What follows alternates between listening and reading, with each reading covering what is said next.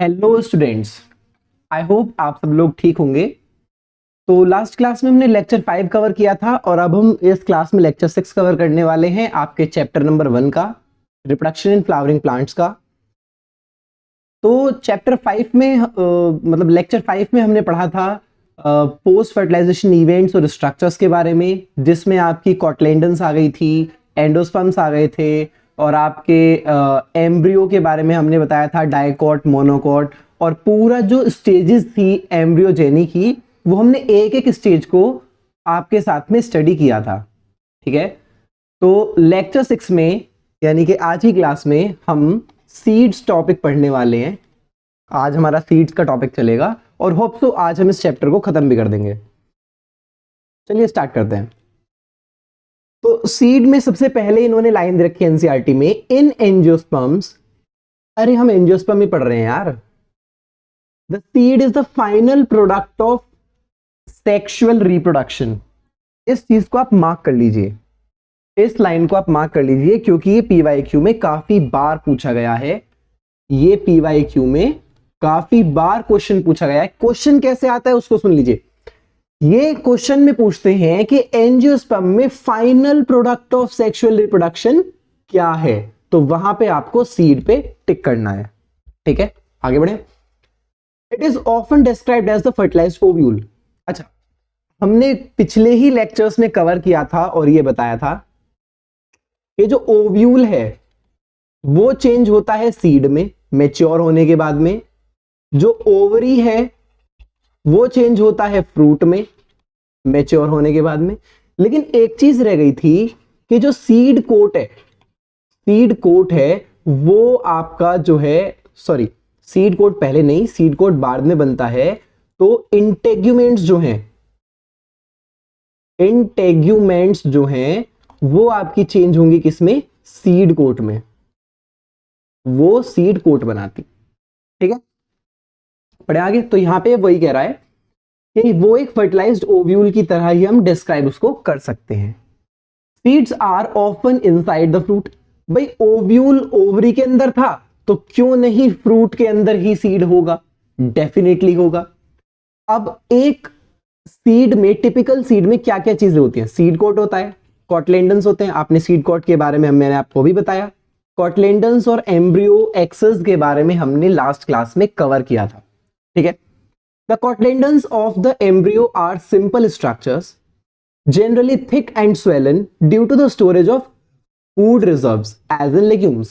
तो ये जो कॉटलेंडन्स होते हैं ना, ये एक्चुअल में थोड़े थिक और स्वेलन स्ट्रक्चर्स होते हैं, क्योंकि इनमें रिजर्व फूड मटेरियल होता है। ठीक है, अब इसका फर्क क्या पड़ता है वो देखिए। यहां पे भी दो पार्ट्स में डिवाइडेड हो जाएंगी चीजें, देखते हैं कैसे। कहते हैं मेच्योर सीड्स, जो मेच्योर हो जाएंगे वो एल्ब्यूमिनस भी हो सकते हैं और नॉन एल्ब्यूमिनस भी हो सकते हैं। पहले इन्होंने नॉन एल्ब्यूमिनस के बारे में बोला है। क्या है कि मेच्योर सीड्स में भी नॉन एल्ब्यूमिनस और एक्स एल्ब्यूमिनस। इसका मतलब क्या है? नॉन एल्ब्यूमिनस यानी कि जिसमें एल्ब्यूमिन ना हो, एक्स एल्ब्यूमिनस यानी कि पहले था अब नहीं है।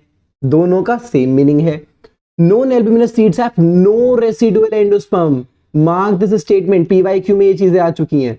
और यहां से ना पीवाईक्यू में आपको एग्जाम्पल से भी क्वेश्चन आते हैं, आगे एग्जाम्पल दे रखे होंगे इसमें।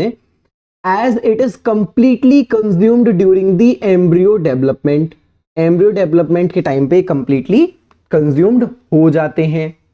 ठीक है, और ये आपके एग्जाम्पल्स हैं, इनको डबल स्टार मार्क कर लीजिए, मार्क कर लीजिए। ये पीवाईक्यू में क्वेश्चन आते हैं।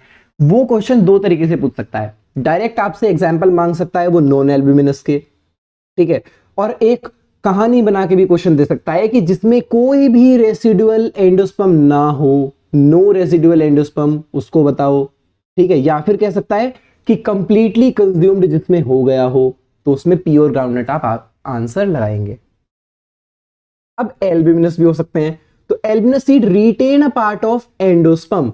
वो थोड़े से पार्ट एंडोस्पर्म का रिटेन कर लेते हैं। जो रिटेन करेंगे वो एल्ब्यूमिनस है, जो रिटेन करेंगे वो एल्ब्यूमिनस है, और जो रिटेन नहीं कर पाएंगे वो एक्स एल्ब्यूमिनस है।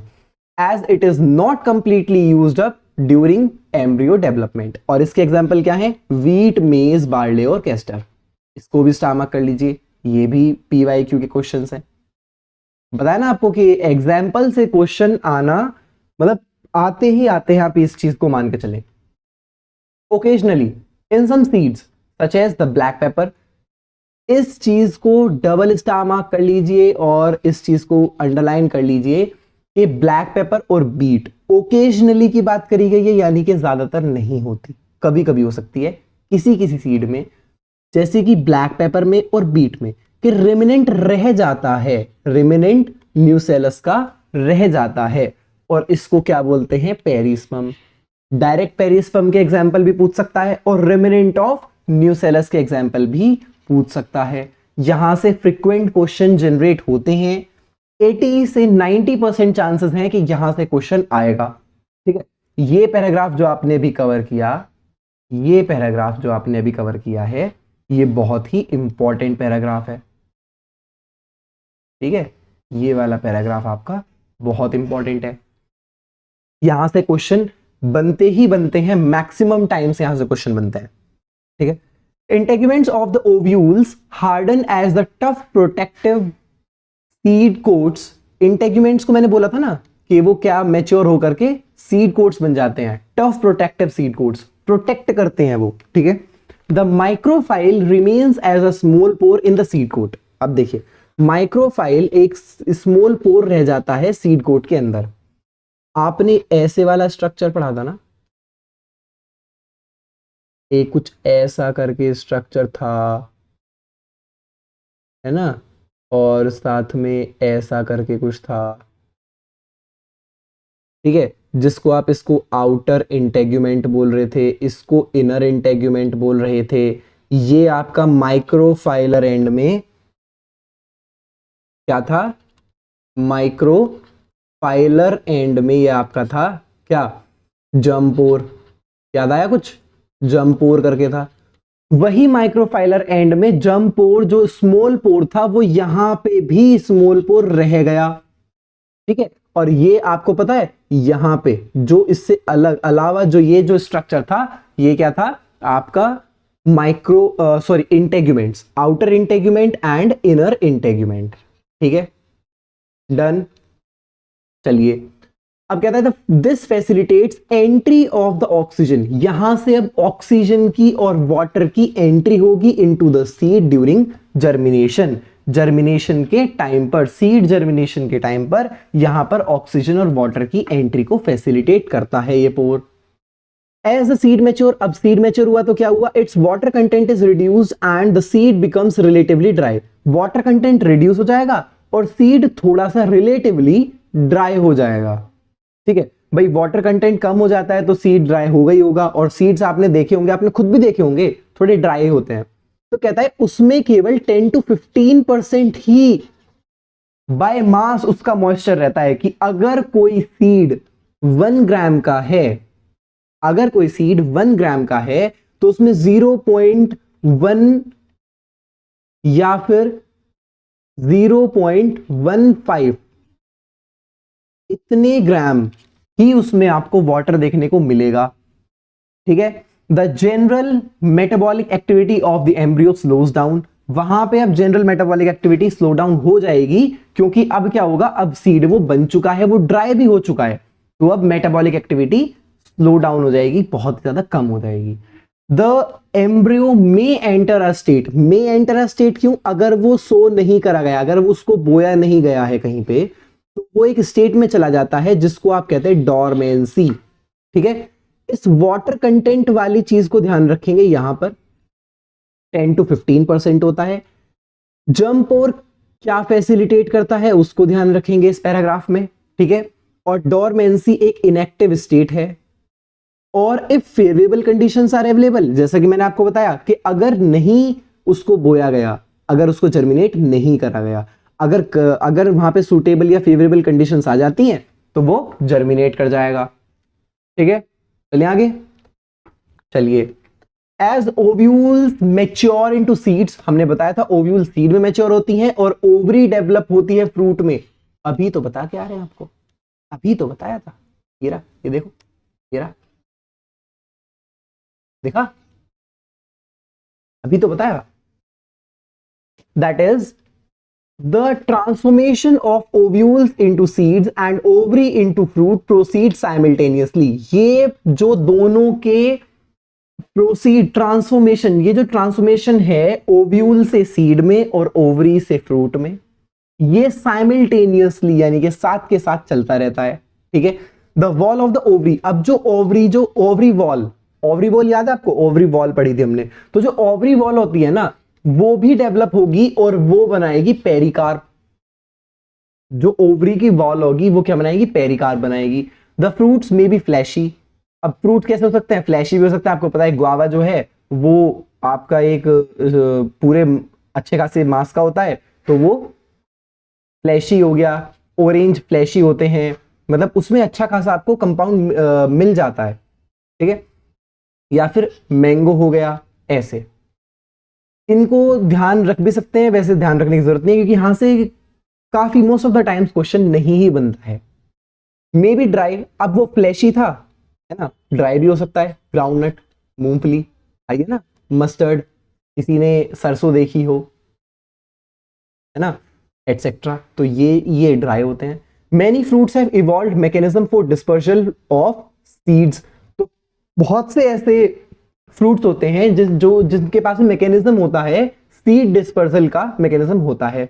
Recall the classification of the fruits and their dispersal mechanisms that you have studied in the earlier classes. Is there any relationship between number of ovules in an ovary and number of seeds present in a fruit? नहीं करने की जरूरत।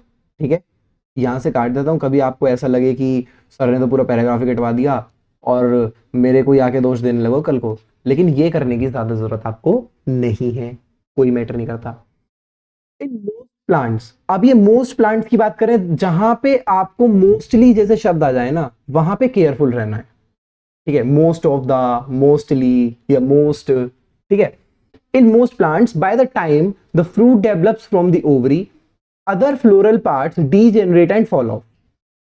Mark this statement, ये एक बार PYQ में question आया है कि अदर फ्लोरल पार्ट्स जो है वो क्या हो जाते हैं, डीजेनरेट हो जाते हैं। सिलेक्ट द करेक्ट स्टेटमेंट में क्वेश्चन आया है।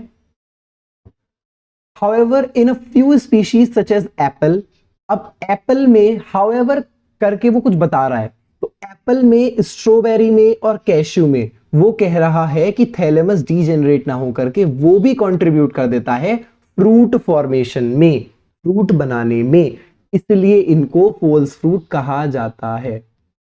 जो ओवरी से अलग किसी स्ट्रक्चर से बनकर के आएंगे उनको फॉल्स फ्रूट बोला गया है, स्पेशली थैलेमस से। सिर्फ थैलेमस से नहीं, स्पेशली थैलेमस से। और इन एग्जाम्पल्स को आप ध्यान रखेंगे, ये पीवाईक्यू में आ चुके हैं, एप्पल, स्ट्रॉबेरी और कैश्यू। ये क्या है, ये एग्जाम्पल्स जो हैं वो एग्जाम्पल्स प्रीवियस ईयर्स में आ चुके हैं और ये फॉल्स फ्रूट के एग्जाम्पल्स हैं। Most fruits however develop only from the ovary, और जो ओनली फ्रॉम द ओवरी होंगे, जो भी सारे ओनली फ्रॉम ओवरी होंगे, सिर्फ ओवरी से डेवलप हो रहे होंगे, वो आपके ट्रू फ्रूट्स हैं। इतना ही ध्यान रखना है। ठीक है, यहां पे इतना ही ध्यान रखना है, ओनली अगर वर्ड नहीं है तो मार्क मत करना। यहीं पे छोटी छोटी मिस्टेक्स होती हैं और इन्हीं को सिली मिस्टेक्स कहा जाता है कि आपने पढ़ा लेकिन पूरा नहीं पढ़ा। यहां पे घुमाते हैं। Although in most of the species fruits are the results of fertilization, exactly, by fertilization हुआ तभी तो fruit आया। There are few species in which the fruit develop without fertilization। अब ऐसी भी species हैं जिनमें विदाउट फर्टिलाइजेशन फ्रूट डेवलप हो गया है। तो फ्रूट डेवलप, ये इतनी ही मार्क करेंगे आप, फ्रूट डेवलप विदाउट फर्टिलाइजेशन। एक सेकेंड रुकिए, ये इतनी ही मार्क करेंगे कि फ्रूट डेवलप विदाउट फर्टिलाइजेशन अगर हुआ है तो उसको आप क्या कहेंगे, पार्थेनोकार्पी फ्रूट्स। ठीक है, क्या बोलेंगे, पार्थेनोकार्पिक फ्रूट्स। ठीक है, banana is one such example. Parthenocarpy can be induced through the application of growth hormones and such fruits are seedless। और ये फ्रूट्स कैसे होते हैं, सीडलेस। जब फर्टिलाइजेशन ही नहीं हुआ, ओव्यूल्स ही नहीं बने, तो कैसा सीड, नहीं होगा। बनाना उसका एक एग्जाम्पल है, आप इसको उठा सकते हैं एज एन एग्जाम्पल। ठीक है, यहां से भी क्वेश्चन पीवाईक्यू में एक आया है, लेकिन ये इतना ज्यादा इंपॉर्टेंट नहीं है जितना हमने पिछली वाली स्लाइड में पढ़ा। ठीक है, बट हमें छोड़ना कुछ भी नहीं है क्योंकि हम कॉम्प्रोमाइज नहीं कर सकते। ये देख लीजिए, ये आपकी एनसीईआरटी में कुछ वो फोटोज वगैरह दे रखी हैं, कुछ पिक्चर्स हैं, आप उनको देख लीजिए, अलग अलग चीजें हैं। ये देखिए, ये जो हम खाते हैं, ये फ्लैशी पार्ट, ये थैलेमस का पार्ट है एप्पल में। स्ट्रॉबेरी में जो हम खाते हैं, ये थैलेमस का पार्ट है, जितना भी है। ठीक है, चलिए। Seeds offer several advantages to the angiosperm. Firstly, अब कुछ सीड्स होते हैं वो जो मतलब कुछ एडवांटेजेस देते हैं, सीड्स होते हैं जो कुछ एडवांटेजेस आपको देंगे एंजियोस्पर्म्स को। कौन सी है वो? पहली advantage, since the reproductive processes such as the pollination and fertilisation are independent of water. भाई यहां पे वाटर की तो जरूरत नहीं पड़ती ना, किस किस में पड़ती थी? ब्रायोफाइट, टेरिडोफाइट और एल्गीज में भी कुछ में पड़ती थी, है ना। तो इनमें तो नहीं पड़ती, ये तो इंडिपेंडेंट है, तो seed formation is more dependable. ठीक है, also seeds have better adaptive strategies. भाई अच्छी खासी एडाप्टिव स्ट्रेटेजीज होती हैं for dispersal to the new habitats. आप एक जगह से ले जाके दूसरी जगह उसको बो सकते हैं, वो पेड़ जर्मिनेट होगा एंड हैव्स a species to colonise in other areas. जैसे कि मैंने बताया, यहां से आप कोई सीड लेके गए, कहीं और जाके आपने वो जर्मिनेट करा दिया और वहां पे भी उसकी कॉलोनी स्टार्ट हो गई। As they have sufficient food reserves, young seedlings are nourished until they are capable of photosynthesis on their own। यहां पे क्या होता है कि sufficient food reserve तो है, उनके पास होता ही है, लेकिन उसके साथ साथ वो फोटोसिंथेसिस के भी कैपेबल होते हैं, सेल्फ फूड प्रोडक्शन के भी कैपेबल वो होते हैं। ठीक है, the hard seed coat provides protection to the young embryo. Being products of the sexual reproduction, they generate new genetic combinations leading to the variations। क्योंकि ये सेक्सुअल रिप्रोडक्शन का पार्ट है, तो ये जेनेटिक वेरिएशंस बनाएगा ही बनाएगा। ये चीजें आपको आगे के चैप्टर्स में समझ आएंगी कि सेक्सुअल रिप्रोडक्शन एक्चुअल में आपका जो वो इन्होंने हटाया है चैप्टर नंबर 1 जो पुरानी एनसीईआरटी में था, रिप्रोडक्शन इन ऑर्गेनिजम्स। ठीक है, तो वो जो चैप्टर था, उस चैप्टर में ना ये चीजें सारी ना मेंशन करी हुई थी, ए सेक्सुअल रिप्रोडक्शन, सेक्सुअल रिप्रोडक्शन कैसे डिफरेंस है, तो वो चीजें भी आई थिंक आपको पढ़नी जरूरी है, और आप रेफरेंस के लिए एक बार वहां से पढ़ सकते हैं, बट सिलेबस से अलग है तो इंपॉर्टेंट है नहीं, जैसा कि आपको पता है। Seed is the basis of our agriculture. बिल्कुल सही बात भाई, हम जो खेती कर रहे हैं उसमें सीड बहुत ज्यादा इंपॉर्टेंट होता है। हम सीड ही तो बोते हैं अपने खेतों में, सीड ही तो जर्मिनेट कराते हैं अपने खेतों में, तभी तो फसल उगती है। Dehydration and dormancy of the mature seeds are crucial for storage of seeds which can be used as food throughout the year and also to raise the crop in the next season। बिल्कुल सही बात भाई, mature होंगे, dehydration तो उनका हो ही जाता है, और उनकी जो डॉर्मेंसी होती है वो उनका स्टोरेज में काम आती है। खाते रहो, उस सीजन में पूरा खाओ और अगले सीजन के लिए आप उसको एज अ सीड भी यूज कर सकते हो। कितनी अच्छी बात है। जैसे आप गेहूं, वीट है ना, वीट, जो लोग गांव से बिलोंग करते हैं उन्होंने ये चीज देखी होगी, नहीं तो जो शहर से भी हैं शायद वो भी जानते हो, नहीं भी जानते तो अपने पेरेंट्स से पूछ सकते हैं। वीट जो होता है वो पहले तो बोया जाए, और जो असली वीट हम देखते हैं ना, छोटे छोटे दाने होते हैं वीट के, वो सीड ही होते हैं। पहले वो बोया जाता है अपने खेतों में, फिर वहां से वो वीट निकल के आता है, उसको स्टोर किया जाता है। बड़े बड़े स्टोरेज टैंक्स होते हैं गांव में, अगर आप देखेंगे तो ज़्यादातर वहां पे मिलेंगे। वहां पे वो चीज़ रखी जाती है, पूरा साल उसको खाया जाता है, और कुछ अमाउंट उसका निकाल करके वापस खेतों में बो दिया जाता है अगले सीजन आने पर। ठीक है, अगर आपको नहीं पता है तो आप पूछ भी सकते हैं। Can you imagine agriculture in the absence of the seeds? नहीं पॉसिबल है। एब्सेंस ऑफ सीड्स में पॉसिबल ही नहीं है। पॉसिबल हो भी सकते हैं, मे भी हो जाए, आप वेजिटेटिव प्रोपेगेशन से पॉसिबल करा दो, बट आप डॉर्मेंसी के अगर लेवल पर जाकर के देखेंगे तो पॉसिबल ही नहीं है। और in the presence of seed which germinate straight away soon after the formation and can't be stored. या फिर अगली भी लाइन बहुत अच्छी है कि एग्रीकल्चर उसमें एज्यूम करके देखिए कि आपने एक जो भी है एक फसल को बोया, एक एग्रीकल्चर प्रोसेस की, उसके बाद में वो फसल बनी और तुरंत आप उसको बोने लग जाएं, तुरंत आप उस सीड को जर्मिनेट कर दें। ऐसा नहीं होता है। अगर ऐसा होता रहेगा तो आप बार बार एक ही क्रॉप को जनरेट करते रहेंगे और आपके पास में खाने के लिए कुछ बचेगा नहीं। How long do the seed remain alive after they are dispersed? भाई कितने टाइम तक वो जी सकते हैं? ठीक है, तो अब इसके बारे में सुनिए। अच्छा, हमने पहले पढ़ा था पॉलन ग्रेन्स की लिएबिलिटी, है ना। यहां पे हम विएबिलिटी पढ़ रहे हैं सीड्स की, दोनों में कंफ्यूज नहीं होना है। वहां पे हमने SLR की पढ़ी थी, सोलेनेसी, लिलिएसी, रोजेसी फैमिली की पढ़ी थी। अदर्स कुछ पढ़ी थी, वीट की, ग्राम की, ये पढ़ी थी। कुछ की मंथ्स होती है, कुछ की ईयर्स तक जाती है, कुछ की डेज में खत्म हो जाती है। अब हम पढ़ रहे हैं सीड की। This period again varies greatly. यहां पे भी ये भी चीज ग्रेटली वेरी करती है, अलग अलग होता है हर स्पीशीज का। In few species the seed lose viability within a few month, जैसे कि मैंने अभी आपको पॉलन ग्रेन्स का बताया, सेम ऐसे सीड के बारे में। Seeds of a large number of species live for several years. Some seeds can remain alive for hundreds of years. भाई कुछ थोड़े बहुत सालों के लिए और कुछ 100 साल 200 साल तक भी अलाइव रहते हैं। मतलब आप 200 साल बाद भी उनको जा करके ग्रो करेंगे ना तो वो ग्रो कर जाएंगे। जर्मिनेट करो, ग्रो कर जाएंगे। होते हैं ऐसे भी, देखते हैं कौन से होते हैं।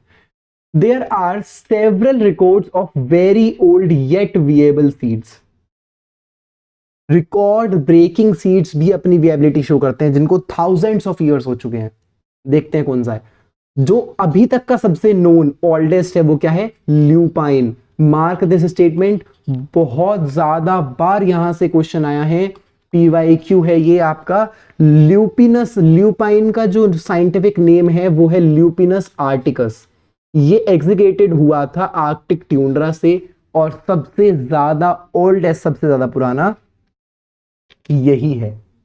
ठीक है, फिर है seed germinated and the flowered after an estimate record of 10,000 years of dormancy. 10,000 साल बाद भी उसने डॉर्मेंसी तोड़ करके अपना सीड जर्मिनेट कराया। 10,000 साल तक वो उसने विएबिलिटी लूज नहीं करी थी। और एक रीसेंट रिकॉर्ड बना है, 2000 ईयर्स का, मतलब 2000 ईयर्स बाद जब किसी डेट पाम सीड को ग्रो कराया गया तो वो ग्रो कर गया, जर्मिनेट करते वो ग्रो कराया, तो मतलब ग्रो कराया गया उसको तो वो फेवरेबल कंडीशंस में ग्रो कर गया। 2000 साल पुराना था। अब ये है फिनिक्स डेक्टाइलिफेरा, ये है scientific name of date palm.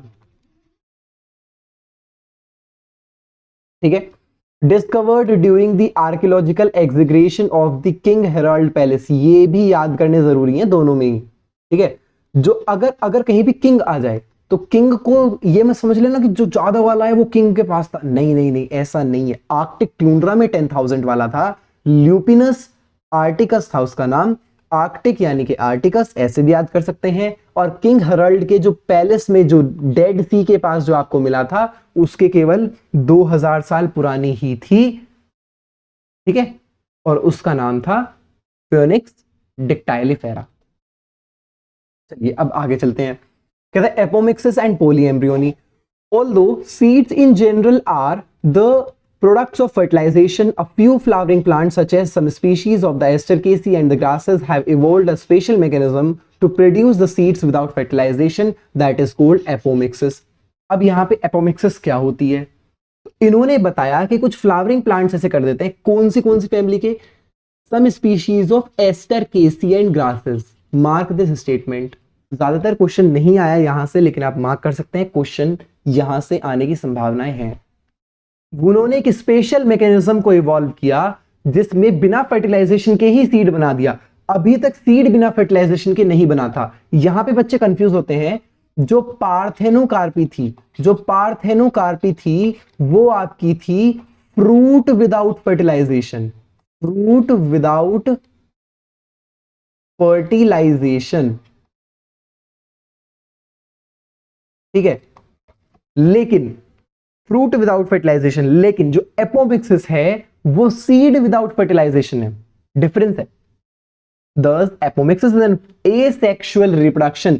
ये आपकी एक तरीके से डेफिनेशन है एपोमिक्सिस की, तो इसको आप मार्क करेंगे कि apomixis is an form of asexual reproduction that mimics sexual reproduction। एक ऐसी फॉर्म है asexual reproduction की जो ऐसा दिखाती है कि हम सेक्सुअल रिप्रोडक्शन से हुए हैं, लेकिन एक्चुअल में है वो asexual, यानी कि एक ही पेरेंट का इन्वॉल्वमेंट है, कोई सेक्सुअल रिप्रोडक्शन उसमें नहीं है, फर्टिलाइजेशन नहीं होता। There are several ways of development of apomictic seeds. बहुत सारे वेज हैं कि हम एपोमिक्टिक सीड को डेवलप करा सकते हैं। लैब में भी अब इनको हम डेवलप करा पा रहे हैं। In some species, the diploid egg cell is formed without reduction division and develop into the embryo without fertilization। ये इन्होंने एक प्रोसेस बताई है कि कुछ स्पीशीज में ऐसा करते हैं कि डिप्लॉयड एग सेल को बिना फर्टिलाइजेशन के एम्ब्रियो बना देते हैं। रिडक्शन डिवीजन यानी कि मियोसिस। रिडक्शन डिवीजन का मतलब मत भूल जाना, रिडक्शन डिवीजन होता है मियोसिस, ठीक है। तो मियोसिस नहीं कराएंगे तो रिडक्शन डिवीजन नहीं होगा, तो हैप्लॉइड सेल्स नहीं बनेंगी, डायरेक्टली एम्ब्रियो को फॉर्म कर दिया। More often as in many citrus and mango varieties, some of the nucellar cells surrounding the embryo sac start dividing, protrude into the embryo sac and develop into the embryos। ये mark कर लीजिए, यहां से PYQ आए हैं, काफी बार आए हैं और ये आने की संभावना भी है। सिट्रस और मैंगो एक ऐसी वेराइटीज हैं, काफी सिट्रस और मैंगो एक ऐसी वेराइटीज हैं जिनमें एक एम्ब्रियो सेक प्रोट्रूड होता है और डेवलप हो जाता है एम्ब्रियोज में। काफी सारे, यहां पर एम्ब्रियोज की बात करी गई है, तो मतलब क्या है, काफी सारे एम्ब्रियो, ठीक है। Such species each ovule contains many embryos. और एक ओव्यूल में, अभी तक हम पढ़ते आ रहे थे कि एक ओव्यूल में एक ही एम्ब्रियो होगा, नहीं, यहां पे बहुत सारे हैं। और इसी चीज को हम क्या कहते हैं, पोली एम्ब्रियोनी। स्टार मार्क कर लीजिए, पोली एम्ब्रियोनी क्या है, ठीक है। तो ये आपका सिट्रस और मैंगोज में होते हैं और ये एग्जांपल्स हैं, जहां पे एग्जांपल्स आते हैं वहां पे आपको पता है कि डबल स्टार मार्क करना होता है। चले आगे। अच्छा, ये क्वेश्चन रहेगा, रुको। Take out some seeds of the orange and squeeze them, observe the, ये तो आपको एक्टिविटी करने के लिए बोला, ये इंपॉर्टेंट नहीं है, इसको आप हटा भी सकते हैं। Hybrid varieties of several of our food and vegetable crops are being extensively cultivated. आपको पता है बहुत सारी हाइब्रिड वेराइटीज बनाई जा रही हैं फ्रूट्स एंड वेजिटेबल्स की क्रॉप्स को जर्मिनेट करने के लिए, मतलब ऐसी वेराइटीज बनाई जा रही हैं, एक्सटेंसिवली कल्टिवेट हो रही हैं। Cultivation of hybrids has tremendously increased, और ये प्रोडक्टिविटी को भी इंक्रीज करता है। अगर हम हाइब्रिड्स का यूज कर रहे हैं तो प्रोडक्टिविटी और क्वालिटी दोनों चीज इंक्रीज होती हैं, ठीक है। इस स्टेटमेंट को आप मार्क भी कर सकते हैं कि जो कल्टीवेशन है हाइब्रिड वैरायटीज का वो प्रोडक्टिविटी को भी इंक्रीज करता है। लेकिन one of the problem of hybrid is that, problem क्या है, hybrid seeds have to be produced every year. Hybrid seeds को हर साल प्रोड्यूस कराना पड़ता है, हर साल। अगर हमको हाइब्रिड सीड्स चाहिए तो उसको लैब में हमें हर साल बनाना पड़ता है, ठीक है। ये इसकी प्रॉब्लम है, पहली problem. If the seed collected from the hybrids are sown, अगर वो मतलब जो हाइब्रिड प्लांट है, हाइब्रिड क्रॉप आ गई है, वहीं से अगर हम उसको हाइब्रिड सीड को लेंगे और जर्मिनेट कर देंगे, ठीक है, जर्मिनेट करा देंगे, तो क्या होगा कि plants in the progeny will segregate, progeny segregate कर जाएगी और वो क्वालिटी नहीं दे पाएगी। जो हमें कैरेक्टर्स हाइब्रिड प्लांट में पहली जनरेशन में मिले हैं वो कैरेक्टर्स हमें फर्दर जनरेशन में नहीं मिलेंगे, इसलिए हर साल आपको हाइब्रिड सीड्स बनाने ही पड़ते हैं। Production of hybrid seeds is costly, ये भी एक प्रॉब्लम है। भाई बनाने के लिए जो मेथड्स यूज किए जाते हैं वो भी कॉस्टली हैं, and hence the cost of the hybrid seeds become too expensive for the farmers. Farmer इस चीज को अफोर्ड नहीं कर सकते हैं, नहीं कर पाते। काफी फार्मर्स ऐसे होते हैं जो इस चीज को अफोर्ड नहीं कर पाते। If these hybrids are made into apomictic, अगर ये हाइब्रिड्स एपोमिक्टिक के थ्रू बनाए जाएं, एपोमिक्टिक आपको पता है बिना फर्टिलाइजेशन के, तो सेग्रीगेशन होगा ही नहीं, no segregation of characters.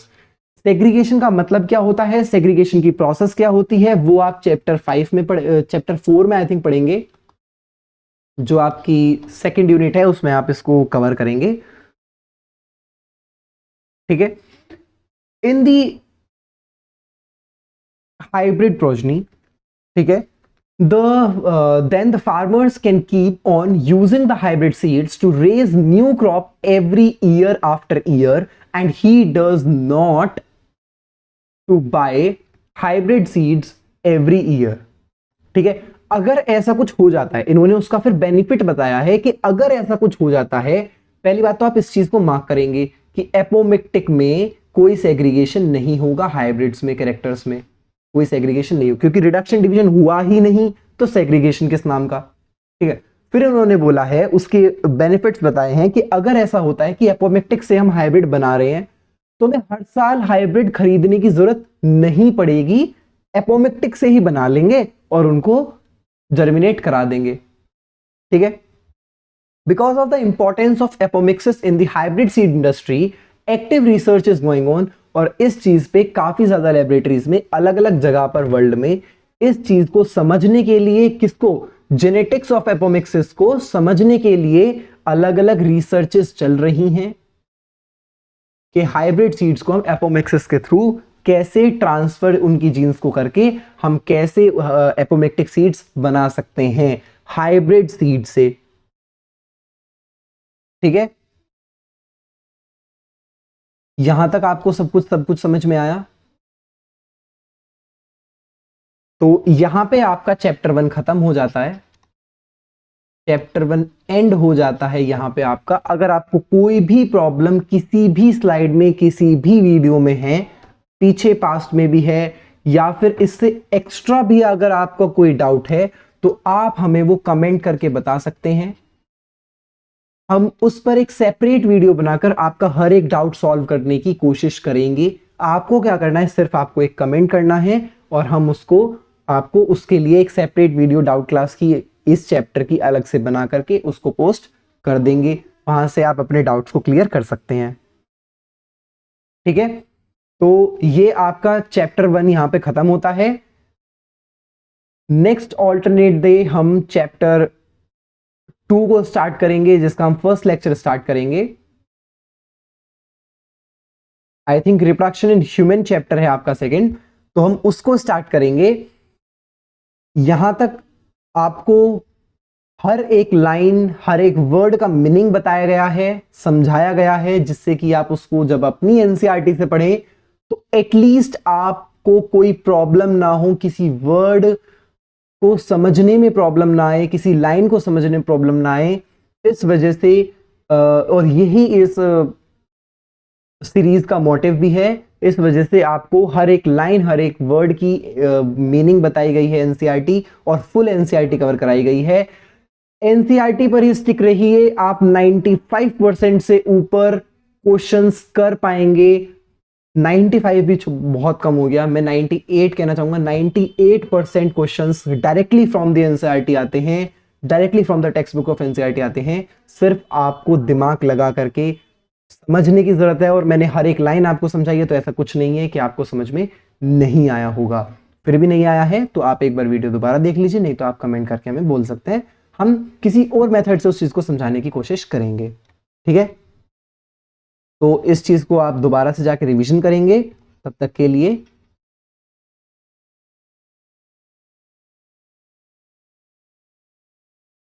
Thank you.